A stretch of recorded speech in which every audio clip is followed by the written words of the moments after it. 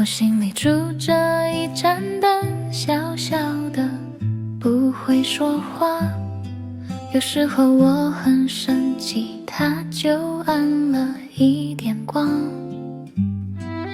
不是责怪，也不提醒，只是静静在那里，等我愿意看看别人，再慢慢亮起。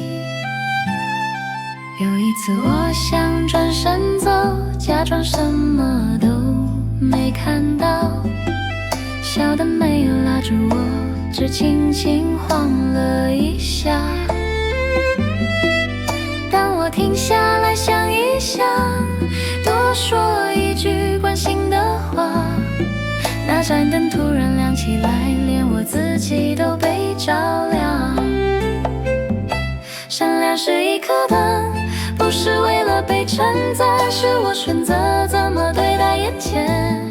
就算没有人注意，这盏灯还是亮在我里面。闪亮是一颗灯，